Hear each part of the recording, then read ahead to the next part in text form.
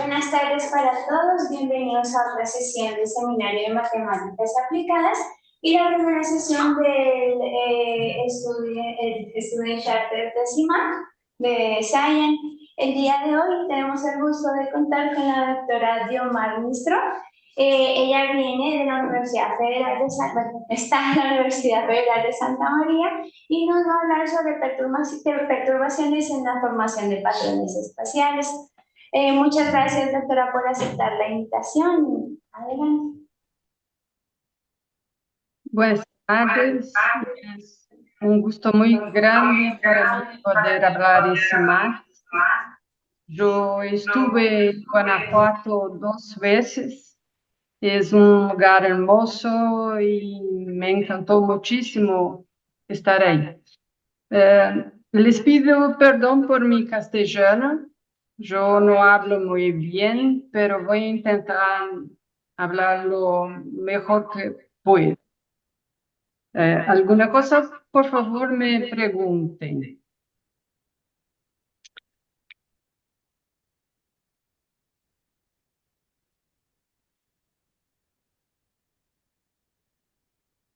No sé qué pasó acá. Un instante.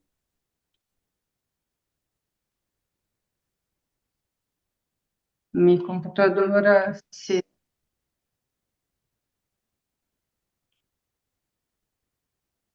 Acá.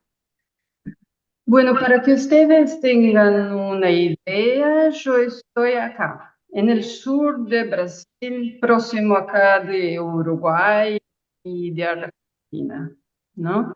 Y esta es una foto panorámica de la Universidad Federal de Santa María y este es nuestro instituto. Sería un gusto un día recibirlos a ustedes acá también.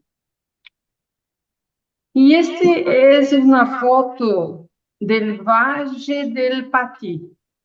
Es un lugar muy hermoso en Bahía, lleno de cascadas, un lugar realmente hermoso y muy conocido. Caminamos 6 horas hasta llegar al punto de sacar esta foto. Y el guía que nos llevó hasta este lugar, nos dijo que no podríamos dejar caer ni un pedacito de pan, una cascarita de naranja, nada en el suelo, porque esto podría desencadenar una reacción y desestabilizar todo el sistema. Y bueno, claro, uno no quiere tirar basura en el suelo, pero caminando uno hace perturbaciones. Se mata una hormiga o muchas hormigas, insectos y perturbaciones. Alguna perturbación se hace solo de caminar. Entonces, pensando sobre esto, ¿no? Este sistema está en equilibrio. Una pequeñita perturbación no puede destabilizar todo eso. Pero empezamos a pensar en perturbaciones heterogéneas, ¿no? Lo que pasa con las especies si uno hace perturbaciones heterogéneas en las especies. Entonces, lo que voy a hablar hoy es sobre esto, ¿no? Sobre 3 mecanismos distintos de formación de patrones heterogéneos. Uno de ellos es el conocido patrón de Turing, que yo creo que ustedes ya lo conocen. Y voy a hablar también sobre formación de patrones debido a múltiples estados de equilibrios estables. Y por último, en los procesos de agregación. Y voy a tratar de todo eso con modelos discretos en el espacio y en el tiempo, ¿no? Que se llama red de mapas acoplados. Quizá ustedes ya lo conocen, ¿no? La formación de patrón de Turing, pero yo creo que en modelos continuos. Vamos a hablar de modelos discretos. Y yo no voy a entrar en detalles técnicos, no voy a mostrar ejemplos y los resultados que obtuvimos. Entonces empiezo hablando de lo que es una red de mapas acoplados. Es un tipo de modelo que considera el espacio y el tiempo discretos y la densidad continua. Entonces, cuando las especies tienen, presentan generaciones marcadamente discretas en el tiempo, puede ser más adecuado utilizar modelos de tiempo discreto. Y si además de eso, el espacio también presenta parches, ¿no? Se presenta de manera discreta, uno puede utilizar redes de mapas acoplados o simplemente puede discretizar el tiempo y o el espacio. Entonces, una red de mapas acoplados, el ambiente es dividido en sitios, en parches idénticos, puede ser idénticos o no. Acá vamos a considerar los idénticos. Y la dinámica, entonces, consiste de dos etapas. Una etapa de dispersión, que es cuando ocurre la movimentación de los individuos, y una etapa de reacción, que es cuando los individuos reaccionan, interagen, ¿no? Es cuando ocurre el crecimiento, la depredación, competición o lo que sea en la dinámica. Entonces, para eso, tenemos que definir una vecindad, ¿no? Lo más comunes son la vecindad de von Neumann o de Moore. Pero uno puede utilizar vecindades distintas dependiendo del problema, ¿no? Si es, por ejemplo, una movimentación de longa distancia, uno puede considerar una vecindad mayor do que esta. Y una característica de estos modelos es que son muy flexibles, ¿no? Permiten que se consideren situaciones que muchas veces es difícil considerar en modelos continuos. Entonces aquí, para la dispersión, ¿no? Lo más sencillo es que se considere que una fracción mi fija de individuos sale del sitio, de cada sitio IJ, y se desplaza para los vecinos, ¿no? Entonces el sitio IJ recibe mi sobre 4 individuos de los 4 vecinos o de los vecinos que se consideren. Entonces, esa es la movimentación más sencilla que se puede representar por este tipo de ecuación. Si son dos especies, como acá, puede ser una especie de presa y P de depredadores, tenemos los individuos. Lo que va a haber después de la movimentación en el sitio, en el parche AX,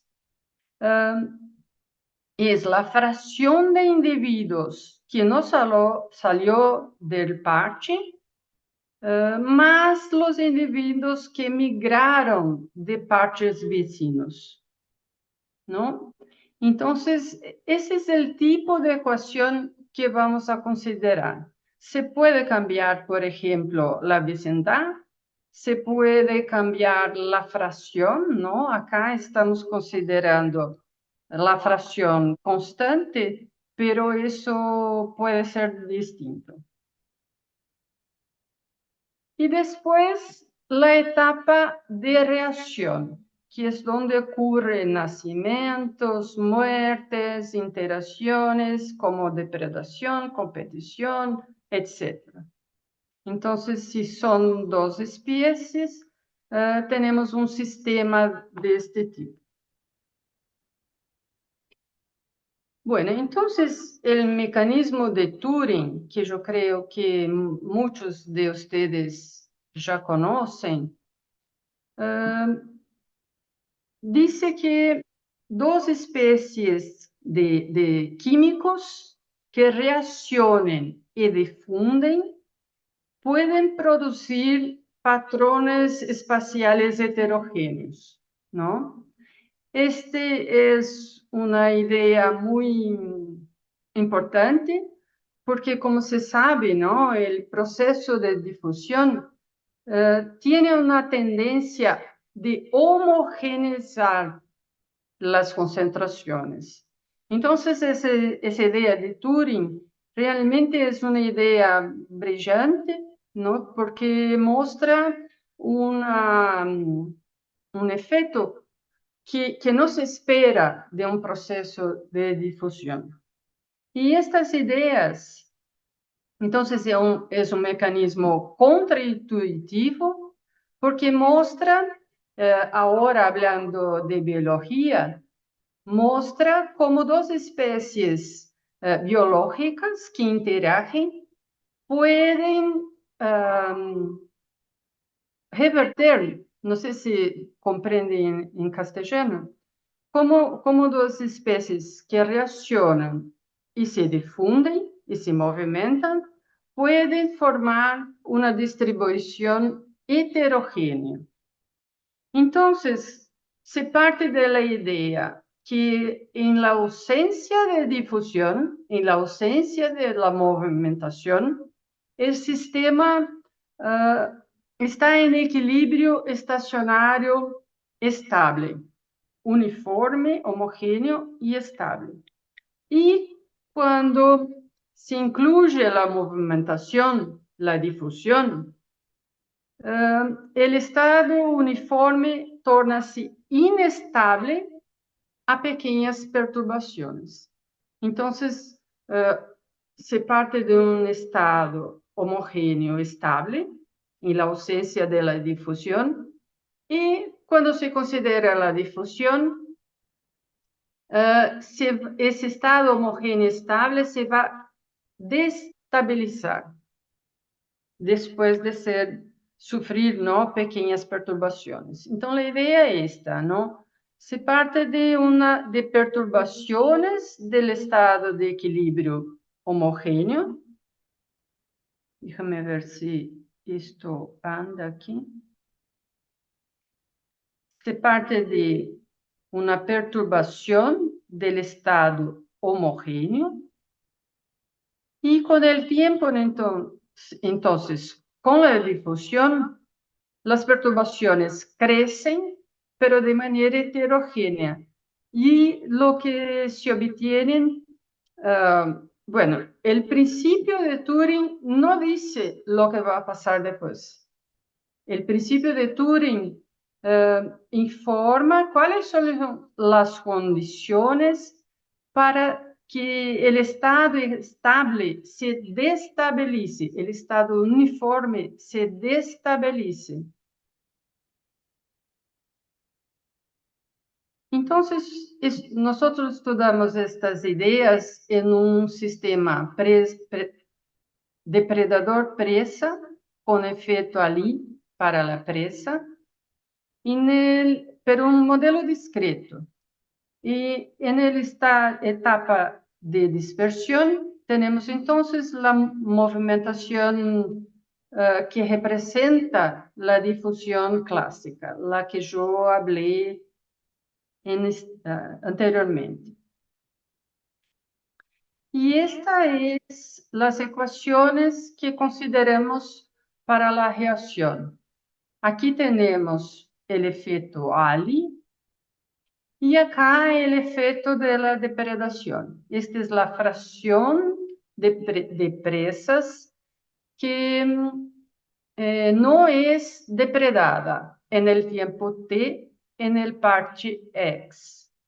Y esta es el crecimiento del depredador por la predación. Entonces, acá tenemos un depredador especialista, lo que significa que si n for 0, el depredador se va a extinción. Y este es el equilibrio de coexistencia de las especies y los parámetros R y B, ¿no? Este es la dinámica, ¿no?, que se obtiene en el espacio de los parámetros, el diagrama de estabilidad. En esta región A se obtiene el equilibrio de coexistencia es estable. En B se obtienen ciclos límite. En C, D y E, el equilibrio de extinción es estable. Y en F, solo la presa sobrevive. El depredador se va a extinción. Entonces, se parte de un reticulado, de una red, 50 por 50 parches, con fronteras cerradas, y los parámetros de la dinámica son elegidos de modo a se obtener un equilibrio estable.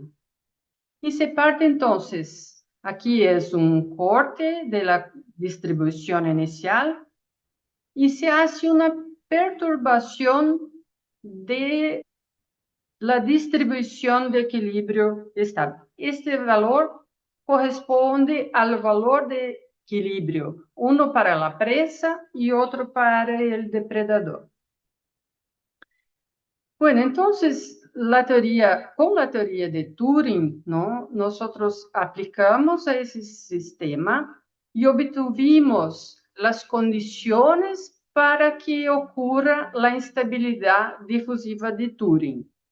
Porque a depender de los parámetros de movimentación, se puede o no obtener patrones heterogéneos. Entonces, acá tenemos para diferentes parámetros de la dinámica, la región de parámetros de movimentación, de presa y de depredador, en que se va a destabilizar la distribución homogénea.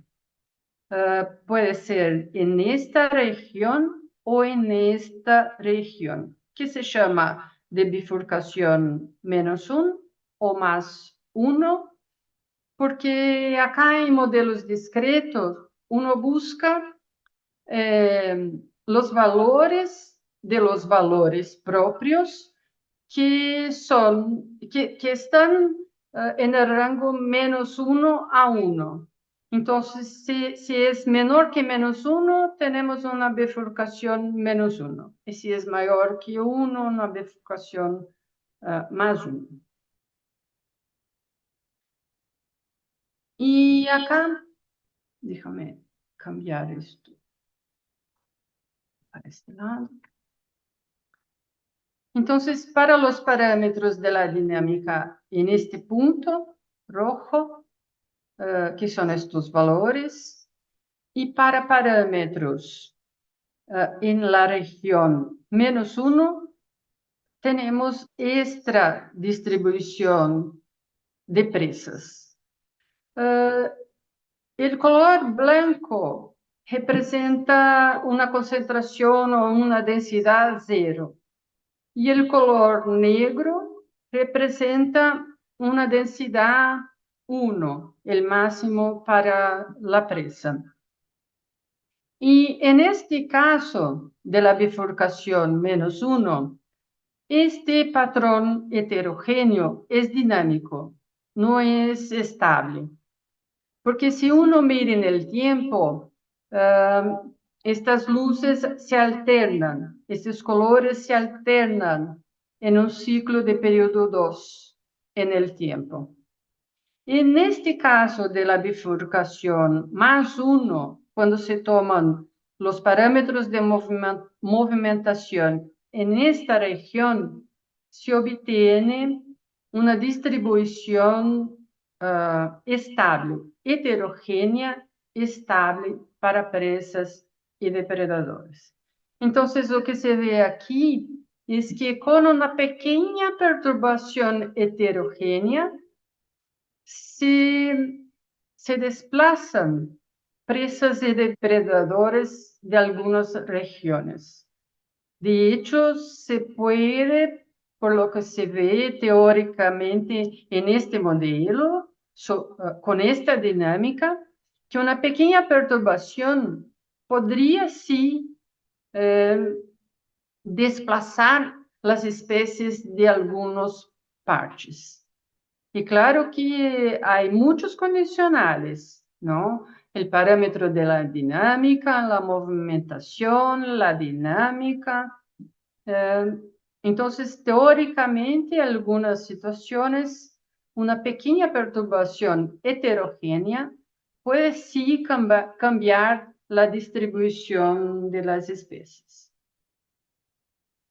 Aquí es un otro ejemplo, ¿no?, que yo traje para ilustrar el patrón, ¿no? Y acá se ve un patrón que se llama de tipo labiríntico, que es con un modelo presa, depredador-presa con efecto ali fraco, ¿no? La dinámica es distinta de la anterior, mas la idea es la misma. Se parte de un estado de equilibrio estable, uniforme, con una pequeña perturbación. Y para parámetros de movimentación adecuados, lo que se obtiene es una evolución para este tipo de patrón, en que se desplazan las especies de algunas regiones. Miren que acá solo traje la presa, porque el depredador, como es especialista, se va a cero, donde la presa también es cero. La distribución de depredadores es muy semejante a la de las presas. Bueno, ahora hablo entonces de un otro mecanismo de formación de patrones, ¿no?, que es generado por multiestabilidad.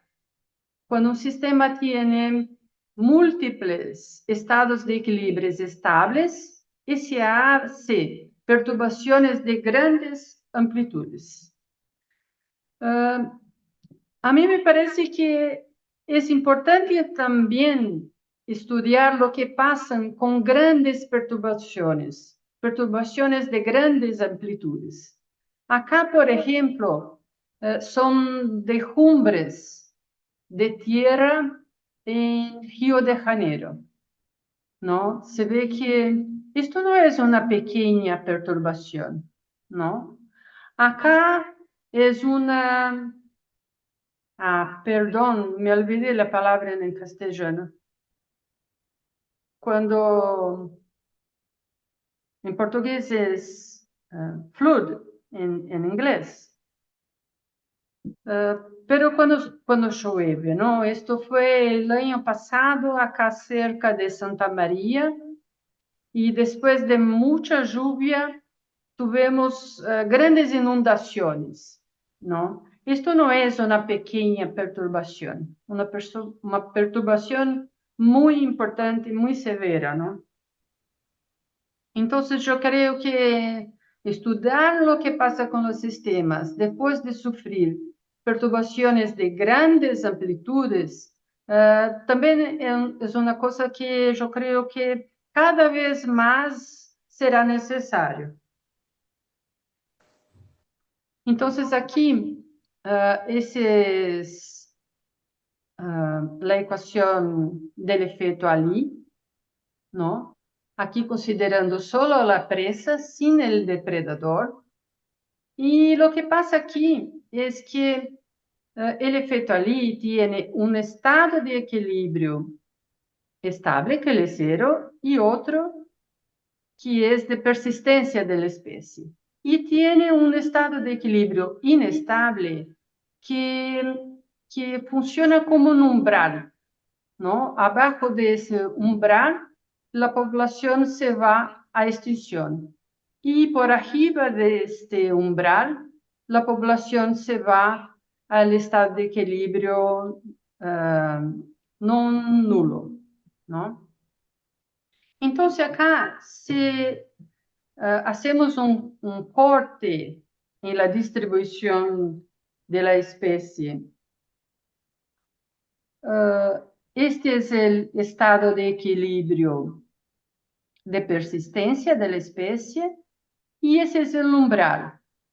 Si un parche se perturba la población por abajo de ese umbral, bueno, lo que puede pasar con la movimentación, los individuos de los parches vecinos pueden recolonizar este parche o no, ¿no?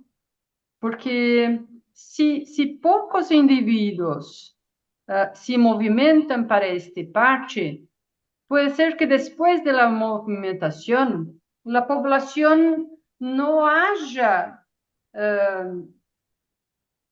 no tenga ido para arriba de este umbral. Si todavía permanece abajo del umbral, entonces por la dinámica va a extinción. ¿Todo bien? Bueno, entonces acá hicimos simulaciones y lo que vimos es que dependiendo de la condición inicial en un parche, ¿no? Si vamos por abajo, esta región es la región que el parche no va a ser recolonizado. Entonces, si la condición inicial está por abajo de esta curva y la movimentación también es muy baja, no será posible la recolonización. La línea pontillada es lo que pasa si consideramos también el depredador. Entonces, claro, si la movimentación es muy alta, no hay problema, porque los individuos por movimentación llevan la población a densidades para arriba del umbral y se puede recolonizar. Entonces, acá lo que tenemos es lo que pasa en el espacio bidimensional, ¿no? Entonces, tenemos acá la distribución de presas y perturbamos los sitios, 30% de los sitios abajo del limiar Ali. Y lo que vemos, considerando solo las presas, es que algunos sitios no hay recolonización, ¿no? La población, porque tiene la movimentación de las presas muy baja, no consigue recolonizar estos parches.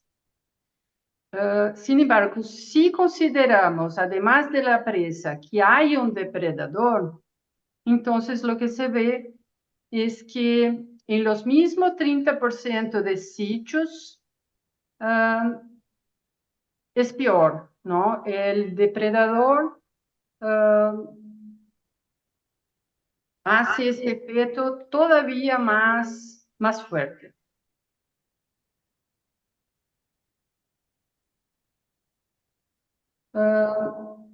Bueno, pero las perturbaciones pueden ser todavía más intensas, ¿no?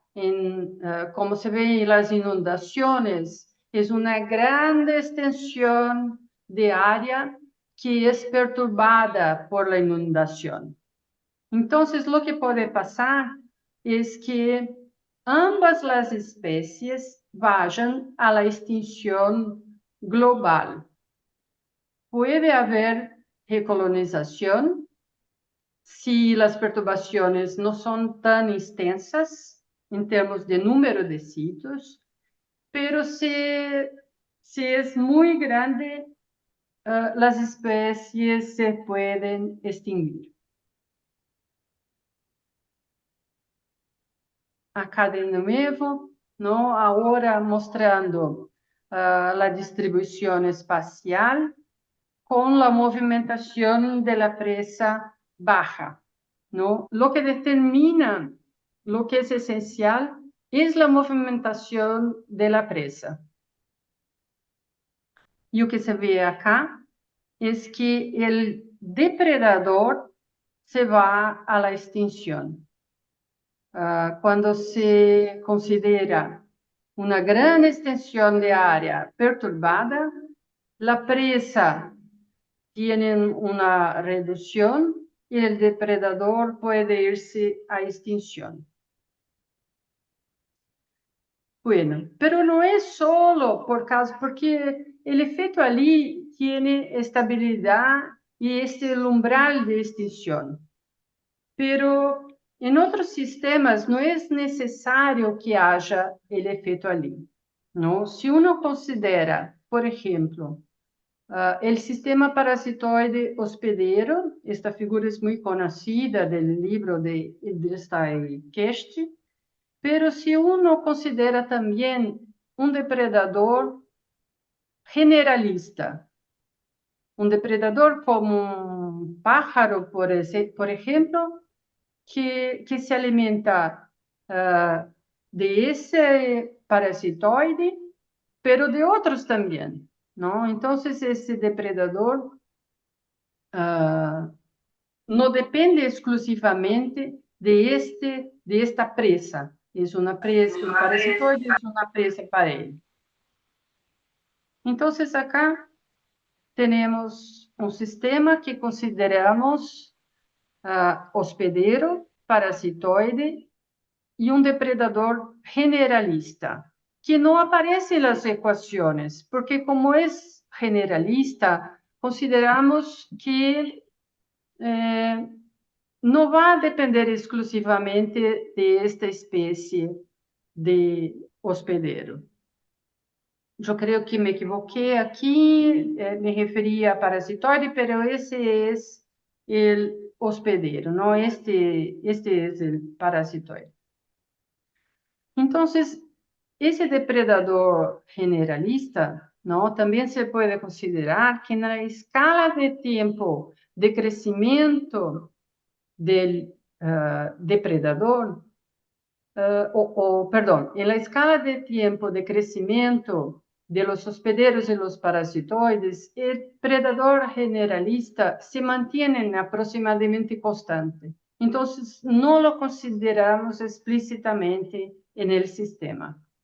Entonces, acá el hospedero crece de acuerdo con Beaverton-Holt y tiene una respuesta funcional tipo 2, tanto para el parasitoide como para el depredador generalista.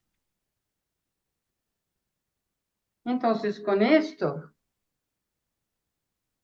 no, lamentablemente no se pueden encontrar los equilibrios analíticamente, pero numéricamente encontramos el equilibrio trivial, 3 equilibrios para el hospedero, apenas para el hospedero, el parasitoide se va a la extinción, que son este y este equilibrio, y un equilibrio de coexistencia de hospederos y parasitoides.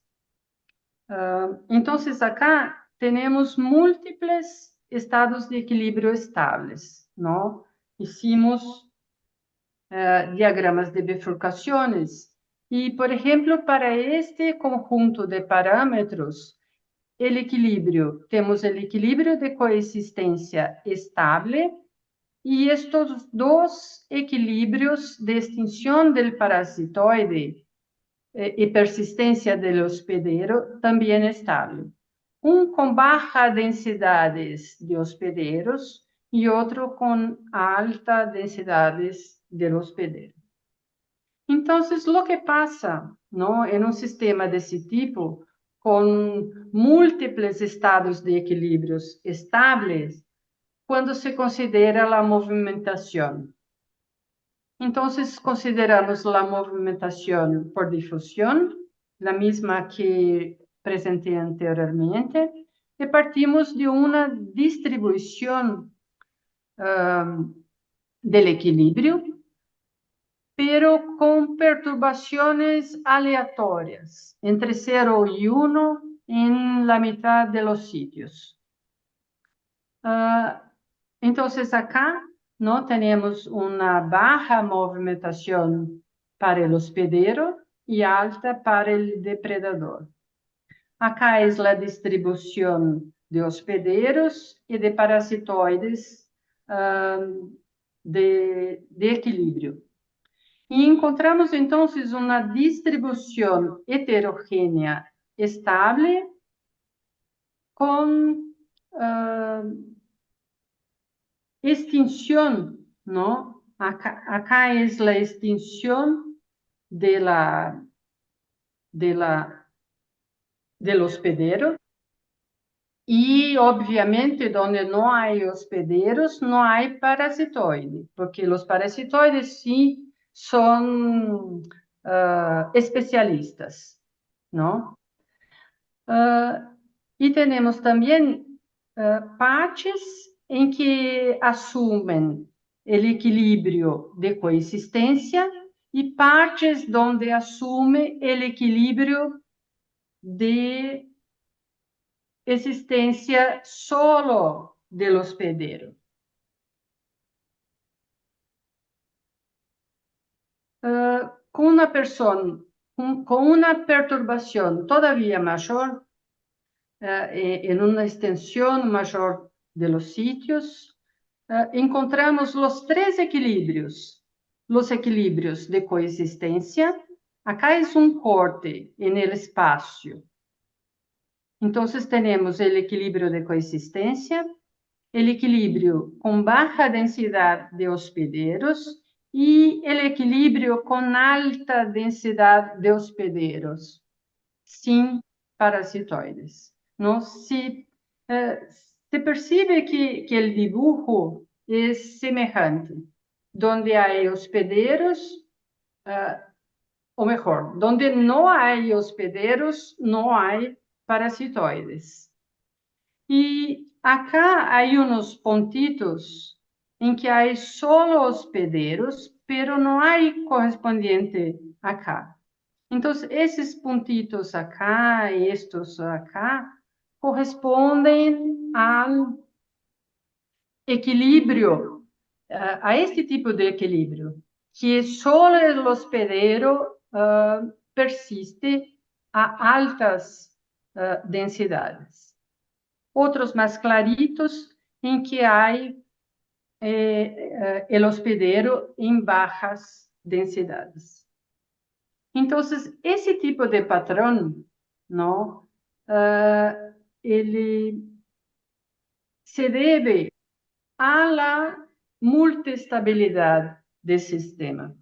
Si cambiamos la movimentación de la presa, no ocurre esta formación de patrones heterogéneos como observamos acá.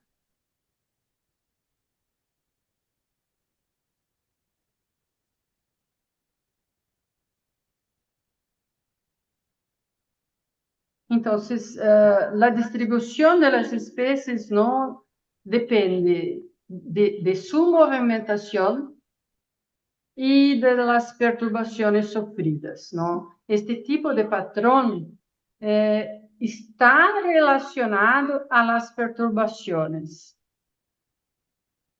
Entonces, como voy a decir, el sistema tiene como una memoria, ¿no? estos parches em que as espécies estão desplaçadas estão relacionados a las perturbações que foram hechas. E o que observamos foram cenários de recuperação de ambas espécies, cenários de extinção do parasitoide, que pode ser local, solo em algumas partes, ou global, não? Também encontramos casos em que o parasitoide foi a extinção global.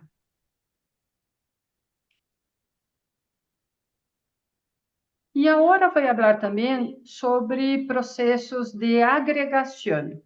Então, agora o modelo cambia um pouco com relação aos anteriores, não? Porque vamos a considerar solo uma espécie e a movimentação também é bastante distinta da que consideramos anteriormente. Então, acá é um exemplo que foi muito estudado por um grupo de Holanda, de Van de Koppel, e eles fizeram tantos experimentos. Eu vou mostrar filmecito depois, como fizeram também muitos modelos, não, em equações diferenciais parciais, para descrever o processo de agregação do mejillón. Eu creio que é assim em castelhano, mejillón, que hacen grupos, não, se juntam para se proteger de depredadores, de la marea, e com isso também lograr um acesso melhor a alimentos. Então, vamos a considerar, eu vou mostrar acá só um dos modelos que consideramos, os modelos que construímos, pero vamos a suponer que os indivíduos se comunicam, seja visualmente, não, que consigam ver a seus coespecíficos, ou através de feromônios, ou através de sonidos. Há muitos exemplos de muitas espécies distintas, não? Em que os indivíduos se juntam para se proteger de depredadores ou para lograr se alimentar melhor em grupos.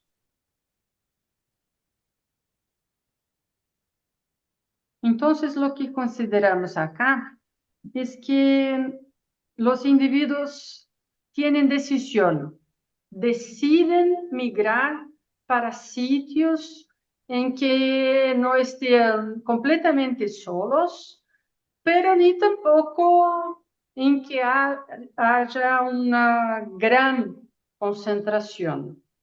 Então, suponemos que há uma concentração, uma densidade ótima em que os indivíduos se estén confortáveis, digamos assim, não? Que é buena para a manutenção da espécie. Então, o modelo é do mesmo tipo, pero agora consideramos que a fração que sale de um sítio não é mais constante, pero depende da densidade. Então, se um sítio é bueno, bueno, eu digo em termos de densidade de coespecíficos.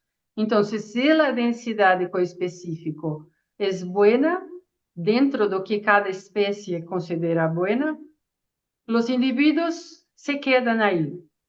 Pero si la densidad es muy baja o muy alta, entonces los individuos salen de acá, del sitio. Y consideramos también en este modelo que los individuos consiguen percibir la densidad en los sitios vecinos. Entonces, estamos tratando de una especie, claro que no todas son así, ¿no? Y consideramos también otros modelos distintos, pero estamos considerando una especie que los individuos consiguen medir la densidad en una densidad y consiguen decidir para dónde migrar. Entonces, esta función k de x, y, es la fracción de individuos que va a migrar del sitio Y para el sitio X. Entonces, en el tiempo t más 1, en el parche X, lo que va a haber los individuos que se quedaron y los individuos de los parches Y de la vecindad que fueron para ahí. Esta función K es en algún modelo llamada de núcleo de distribución. La construimos a partir de una función que describe la preferencia en términos de densidad. Entonces, le voy a mostrar acá.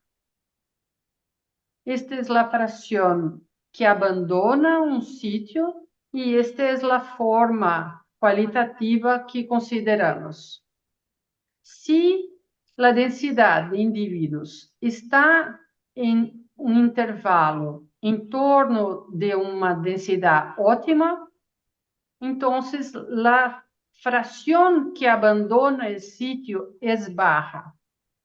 Si a densidad es muy baja o muy alta, entonces la fracción que abandona el sitio es alta. Esta función consideramos esta expresión que tiene tres parámetros. El parámetro n óptimo, que dice cuál es la densidad óptima.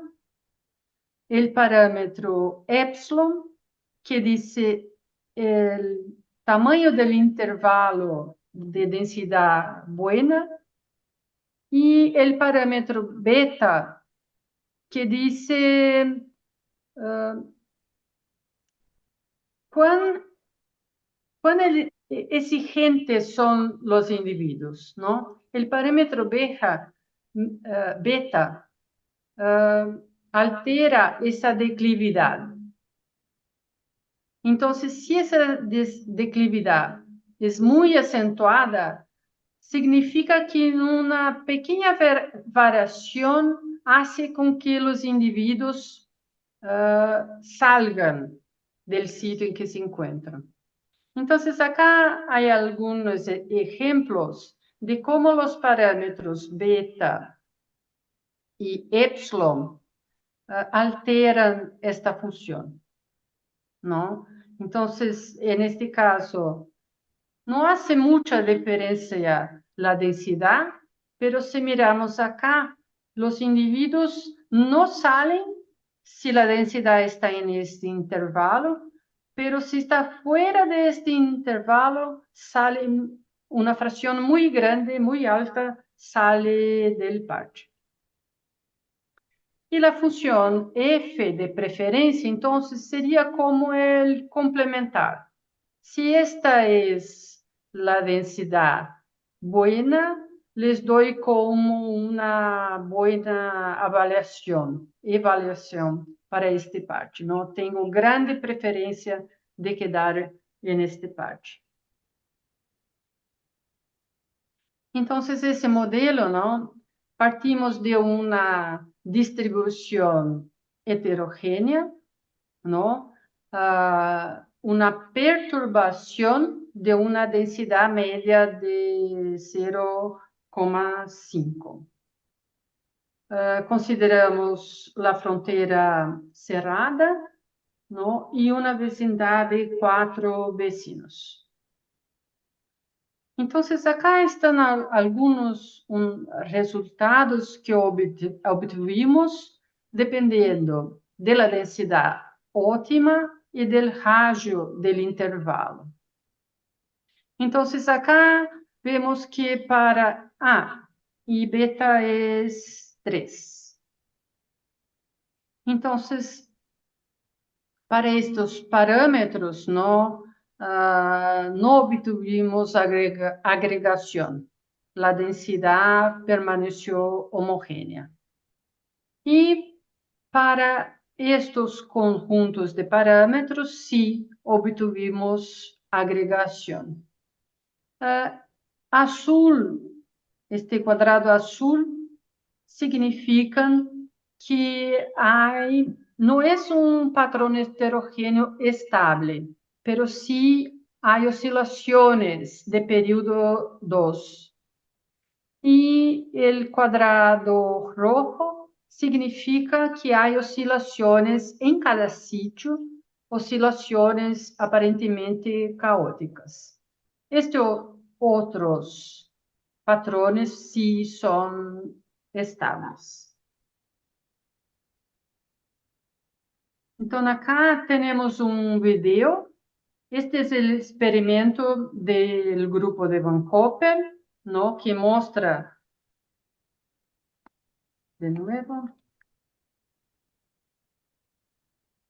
muestra cómo los mejillones, a partir de una distribución homogénea, se juntan formando un patrón heterogéneo. Y acá lo que obtuvimos nosotros, ¿no? En nuestras simulaciones. Acá les muestro solo una ilustración. No sé si consiguen ver, pero el dominio está acá afuera. Entonces, pensamos si no podría ser un efecto de frontera, ¿no? Si con una frontera abierta, por ejemplo, no íbamos a encontrar patrones, agregación, ¿no? Entonces, empezamos con la población solo adentro del dominio, lejos de la frontera, y obtuvimos también una agregación del mismo tipo que con la distribución en todo el dominio. Bueno, entonces, comentarios rápidos acerca de este modelo de agregación es que el modelo que propusimos sí resulta en patrones heterogéneos, ¿no?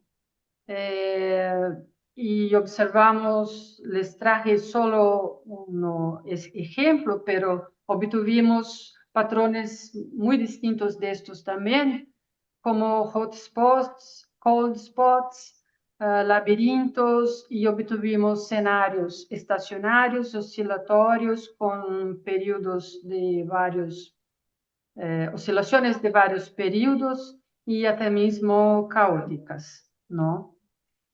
Y observamos, ¿no?, que a medida que los individuos se tornan más exigentes en términos de densidad, ¿no? Obtuvimos más casos de patrones heterogéneos. Y esta última observación, ¿no?, es que la agregación ocurre más en especies que tienen esta capacidad de percibir cómo son los vecinos, ¿no?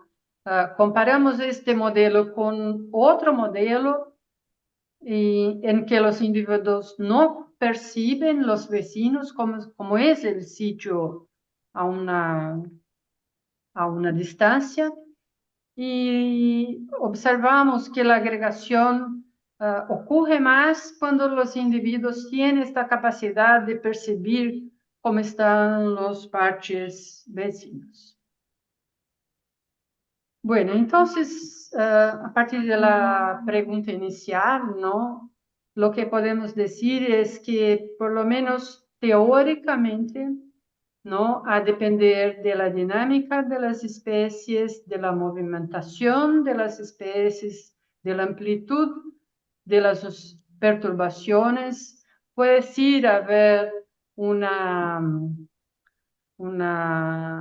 distribución, ¿no? Estas perturbaciones pueden crecer y ocurrir un impacto en la distribución de las especies, ¿no? Pero por lo menos es los resultados teóricos, ¿no? Claro que en la realidad eh, muchas otras cuestiones tienen que ser consideradas también, ¿no? Estudiamos solo problemas teóricos, ¿no? No abordamos ningún ejemplo específico, solo para investigar teóricamente. Bueno, estos son nuestros colaboradores en estos modelos que presenté. Este es Luis Alberto Díaz Rodríguez, profesor aquí en Santa María. Marcelo Rosato, que fue nuestro alumno de maestría. Y Poliana Celao también, que fue nuestra alumna. Acá estábamos en Chile en 2018 en el Solabima, que lamentablemente no puedo coger. Y este es Sergei Petrovsky, que fue nuestro colaborador en el modelo sobre formación de patrones de Turing. Y les agradezco inmensamente la atención. Perdón por castellano. También me resultó un poco difícil hablar porque escucho lo que hablo, entonces, pero espero que tenganme comprendido bien. Muchas gracias. Doctora Diomar, ¿nos escucha? Sí, sí. Bueno, muchas gracias, doctora.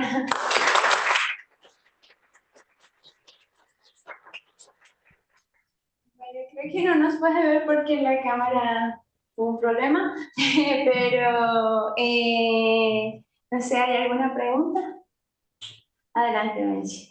Muchas gracias por la presentación, doctora. Quería preguntarle algo particular de este tipo de modelado.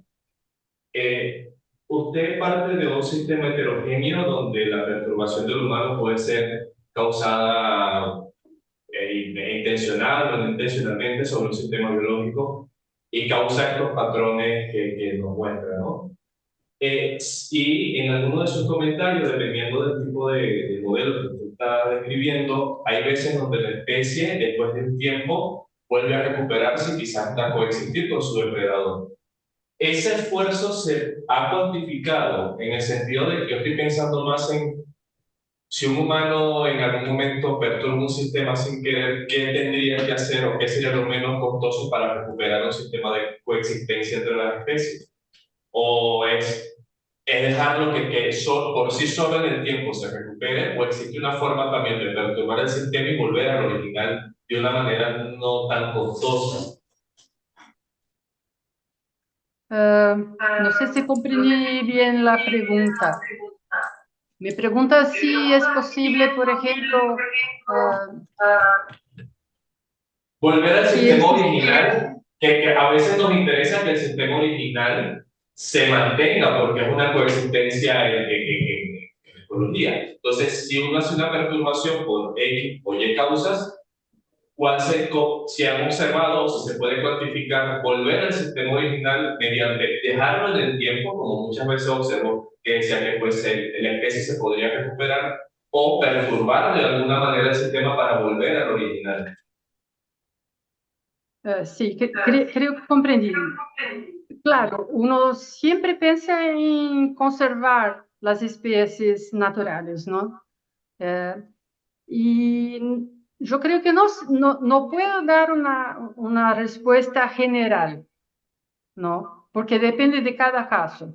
Por ejemplo, en algunos casos, si perturba una fracción pequeña de sitios, un porcentaje pequeño de sitios, la población se recupera, recoloniza, ¿no?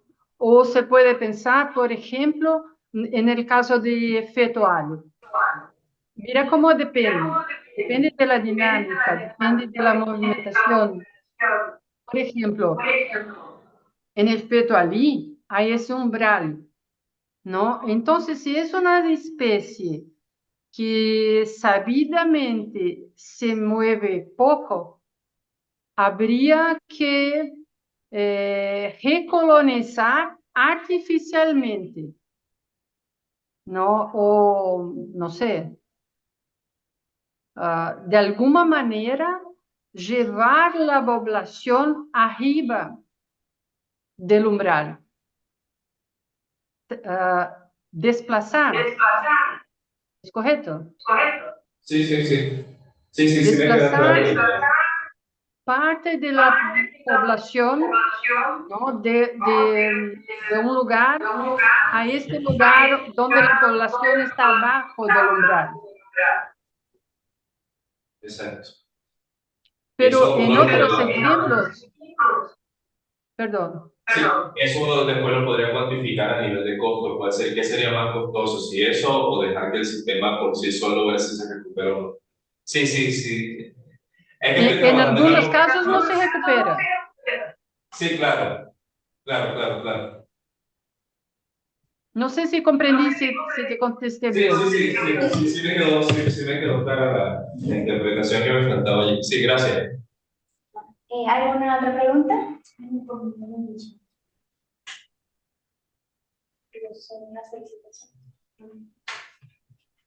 ¿Alguna otra pregunta? Adelante. Gracias, Leomar. Quería preguntar si han explorado perturbaciones periódicas, ya que en la naturaleza muchas de las perturbaciones son regulares y recurrentes. Si cualitativamente se obtienen resultados distintos en una perturbación tipo aleatorio, comparado con una que fuera más o menos regular y periódica. ¿Tienen alguna experiencia en esto? No, no, de hecho es muy interesante, ¿no? Porque, por ejemplo, estas inundaciones sabemos que ocurren todos los años en algunos lugares, ¿no? La foto que mostré aquí en Rio Grande do Sul fue una situación totalmente atípica, ¿no? Fue horrible, porque no se esperaba que eso ocurriera. Pero en algunos lugares, por ejemplo en São Paulo, en Río, todos los años llueve, todos los años hay inundaciones. Entonces, de hecho, es una idea muy interesante y todavía no tratamos de eso. Muchas gracias. ¿Alguna otra pregunta? Bueno, mi pregunta es muy relacionada a la última. Supongo que la respuesta va a ser que no, pero pues estaba considerando que tal vez estas perturbaciones no solamente dependan, pues, por ejemplo, de algo periódico, sino de la misma forma del terreno. Pensando en esta situación de la inundación, pues hay lugares que son más propensos a tener una perturbación mayor que otras regiones, ¿no? Entonces, tal vez se pudiera considerar incluir información pues, topográfica del lugar en consideración. Y, bueno, si es Perdón, que si se ha hecho algo sobre ello. perdón, ¿podrías repetir un poquito más despacio? Más fuerte. Sí, lo que pasa es que me preguntaba si con respecto a estas perturbaciones se ha hecho algo acerca de que las perturbaciones dependan de la geografía del lugar. Por ejemplo, pensando en esta situación de la inundación, hay lugares que son pues más propensos a tener desastres o perturbaciones más grandes que otras regiones del terreno. Es decir, que Pero la perturbación... yo tengo que agradecer a ustedes porque realmente me están dando ideas muy interesantes. No tratamos, pero de hecho puede cambiar, sí, yo creo, ¿no? Porque los resultados dependen de las perturbaciones, ¿no? Las extensiones locales están relacionadas a grandes perturbaciones. Entonces, de hecho, sí, puede ser distinto, puede producir resultados distintos y es una muy buena idea. Pero no tratamos todavía. Okay. ¿Alguna otra pregunta? Bueno, doctora Diomar, muchas gracias por acompañarnos el día de hoy. Y nos esperamos el próximo miércoles en el Seminario de Matemáticas Aplicadas. Muchas gracias. Gracias a vos. Muchas gracias por invitarme.